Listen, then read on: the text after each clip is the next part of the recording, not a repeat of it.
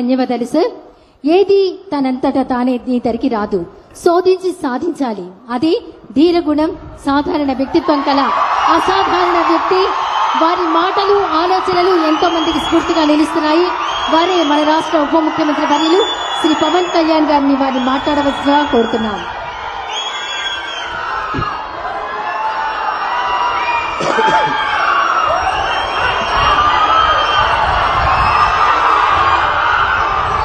Auto driver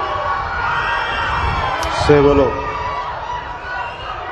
ఈ కుటుంబ ప్రభుత్వం ఉంది. ఆ పథకం కార్యక్రమానికి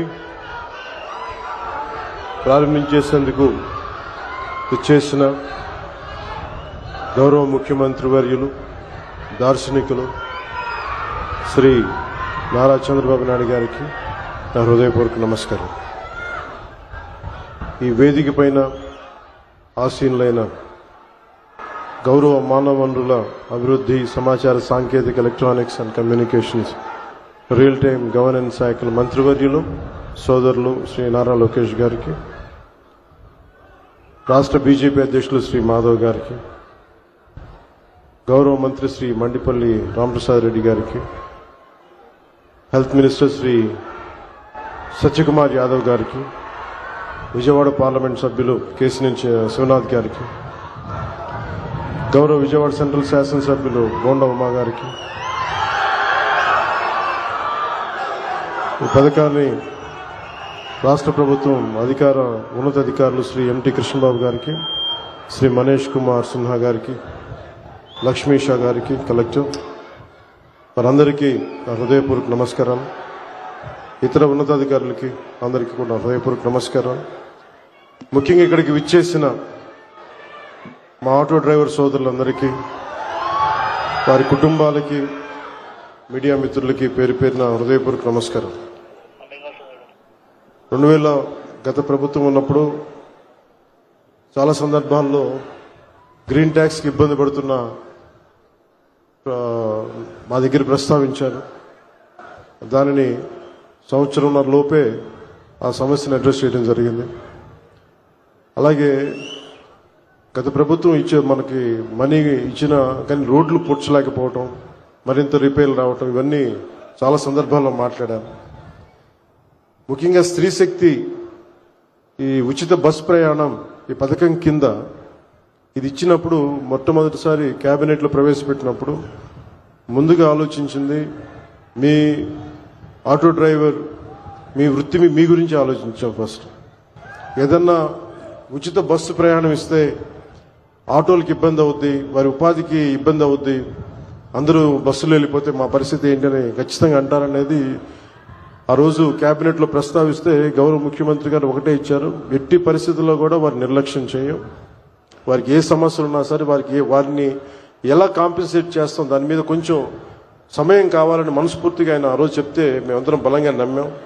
దాన్ని పెట్టుకుని ఈ రోజున మీకు 15,000 రూపాయలు చాలా సంవత్సరాల కాలంలోనే వచ్చిన వెంటనే సంవత్సరాల కాలంలో మీకు 15,000 రూపాయలు మీ అకౌంట్లో పడబోతుంది. దానికి ఆ నిర్ణయం చాలా ఇబ్బందికరమైన పరిస్థితులు ఆర్థికంగా, అలాంటిది మీకోసం 15,000 రూపాయలు ఇంత ఆర్థిక ఇబ్బందులు ఉన్నా కానీ ముందుకు తీసుకెళ్ళి మనస్ఫూర్తిగా నారా చంద్రబాబు నాయుడు గారికి మీ అందరి తరఫున హృదయపూర్వక కృతజ్ఞతలు తెలియజేస్తాను. సమర్థవంతమైన నాయకత్వం, ప్రణాళికాబద్ధమైన పాలన ఉంటే ఏ రాష్ట్రమైనా సుభిక్షంగా ఉంటుంది. గడిచిన 15 నెలల కాలంలో గౌరవ ముఖ్యమంత్రి శ్రీ నారా చంద్రబాబు నాయుడు గారి నాయకత్వంలోని కూటమి ప్రభుత్వం ఈ విషయాన్ని పదే పదే నిరూపించింది. ఆ క్రమంలో ఇందాక మీకు చెప్పినట్టుగా ఆడపడుచులకు ఇచ్చిన మాటలు నిలబెట్టుకునే పరిస్థితుల్లో మీకు ఆటోలు, క్యాబ్లు నడుపుకుంటూ జీవనం సాగించే వారిపైన ప్రభావం చూపించింది.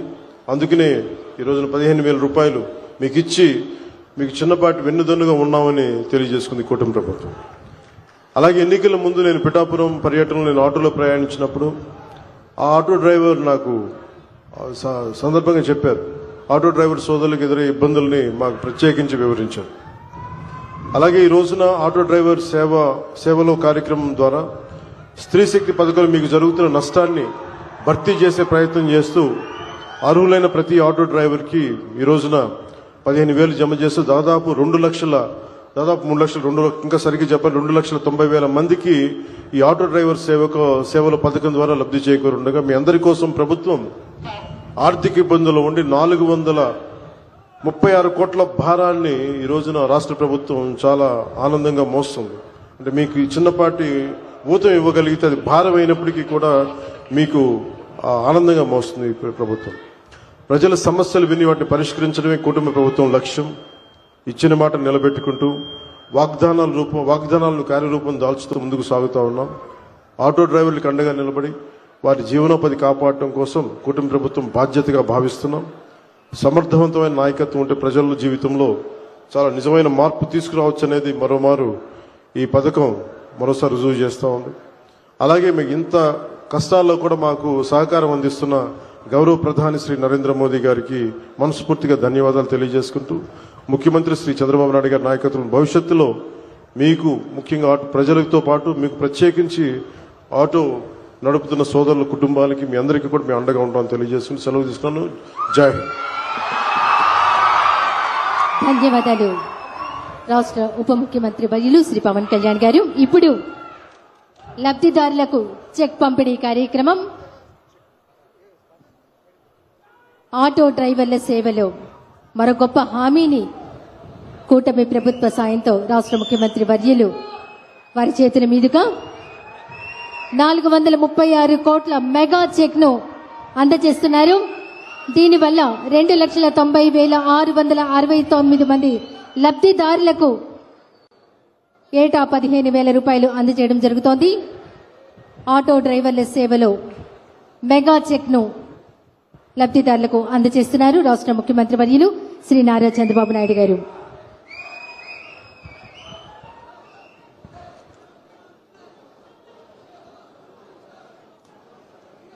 ఇప్పుడు లబ్ధిదారులు రావూరి లలిత గారు. ఈ సంవత్సరంన్నర కాలంలో ప్రభుత్వం నుంచి ప్రజలకు ఎలాంటి లబ్ధి చేకూరిందో ఆమె మాటల్లోనే విందాం. రావూరి లలిత గారి మాటల్లో.